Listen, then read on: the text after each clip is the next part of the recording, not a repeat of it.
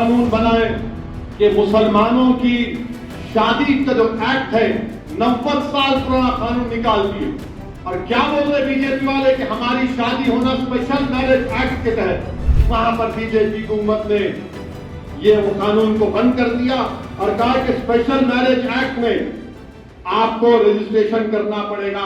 क्या कानून बनाए कि मुसलमानों की शादी का जो एक्ट है 90 साल पुराना कानून निकाल दिए। और क्या बोल रहे बीजेपी वाले कि हमारी शादी होना स्पेशल मैरिज एक्ट के तहत।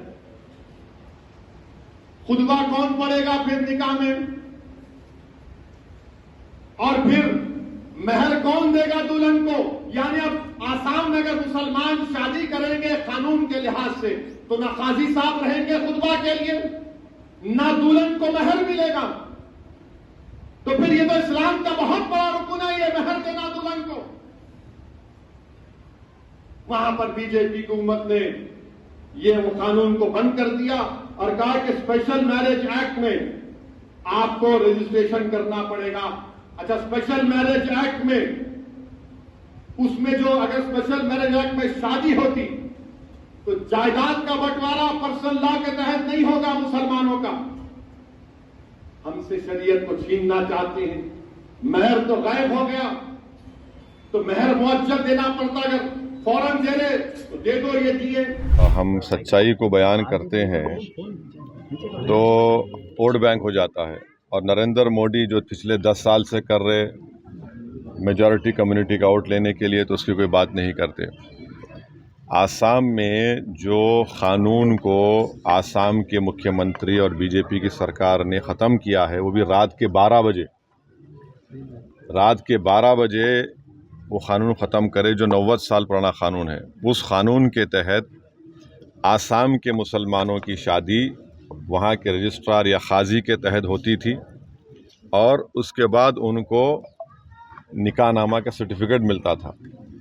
अब उन्होंने क्या काम किया कि उसको सिस्टम को बर्खास्त कर दिया। अब मुसलमानों की शादी तो निकाह से होती है ना, तो स्पेशल मैरिज एक्ट में निकाह का प्रोविज़न है क्या, बताइए मेरे को। भाई, मेरा रिलीजियस ड्यूटी है, मैं अपने रिलीजन के लिहाज से शादी करूँगा ना। स्पेशल मैरिज एक्ट में तो रिलीजन नहीं है, वो तो एक न्यूट्रल सेकुलर लॉ है। तो अब निकाह का आप उसमें कॉन्सेप्ट निकाल दिए, नंबर 1। और आखिरी बात ये है, ये कानूनी बात आपसे कर रहा हूँ कि अगर चाइल्ड मैरिज होती है तो वो वाइडेबल है, वाइड नहीं होती शादी, ये कानून है। तो किसके कान में फूल लगा रहे बीजेपी आरएसएस वाले।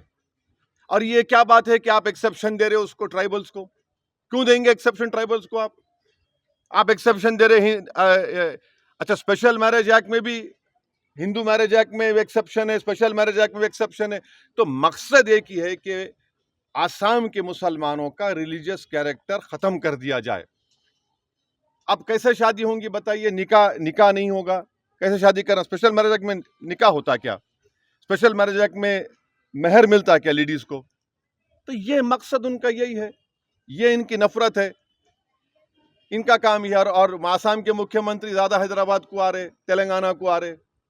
अरे पहले अपने स्टेट में आप supreme court monitored NPR NRC को एक्सेप्ट क्यों नहीं कर रहे? आप उसको एक्सेप्ट करो। आप ये है।